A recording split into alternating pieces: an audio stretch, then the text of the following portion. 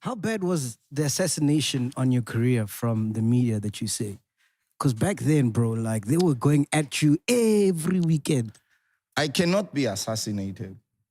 It's impossible to kill Zola. But that boy called Nwako Malachi, and that girl called Nombuso Zondi, and that girl called Cassandra Gudluza, they had a personal vendetta against me. And they used the resources of the companies that they were working for to try and attack my career. It's just that the fact that it didn't happen. Yeah, didn't land. Yeah, I even ended up in court at some point with this boy, or Nwako Malachi, who, by the way, turned out to be working no lands with one of my baby mamas. Huh? How so? Yeah? How so? Because Ulans was paying them. Paying them to do what? To do what they, because I'd left the company. So he was paying your baby mama? Yes, I even saw the contract. To speak ill of you? Yes, and the contract came from Media 24. Damn it. So when I left the company, people started now attacking me directly because they were being paid elsewhere. But they did not understand the whole thing.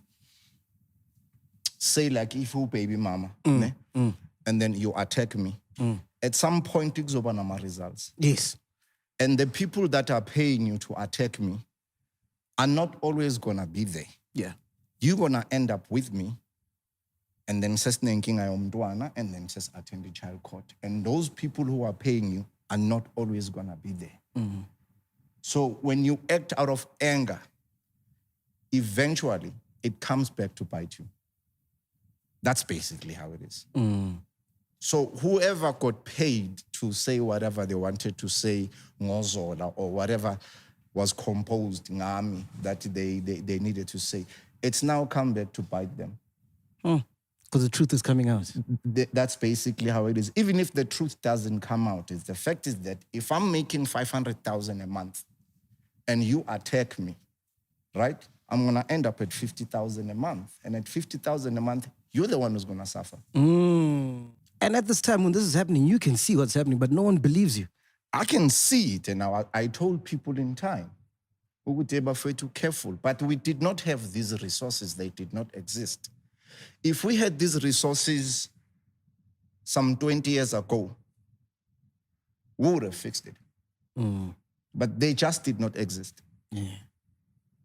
So what makes you go against a big corporation like Ghetto Rough at the time, you know, who took you in, made you big, you became a cash cow, and you decided, you know what, I'm not getting what I deserve, juices, I'm leaving.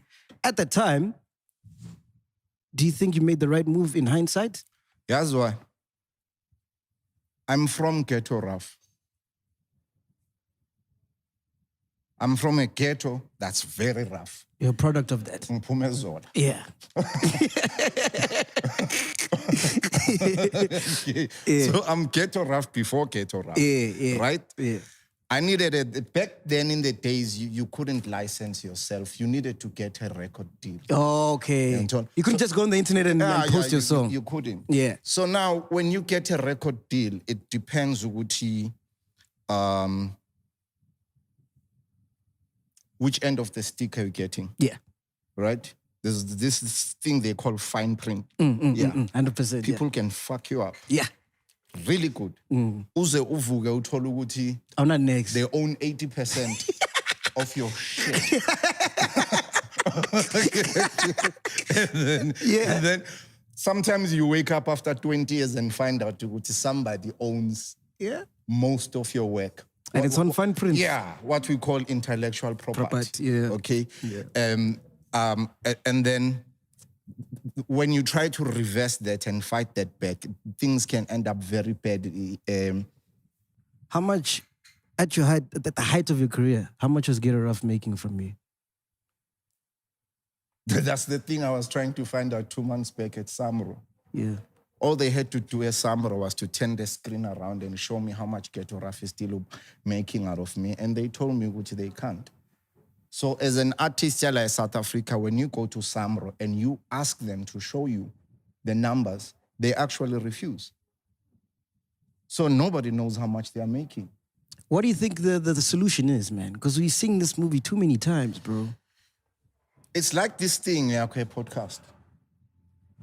Now people need to do things for themselves. Okay? Into important ilana ukuba with a strong team. You must have people who believe in you. Okay? About cameramen. Yeah.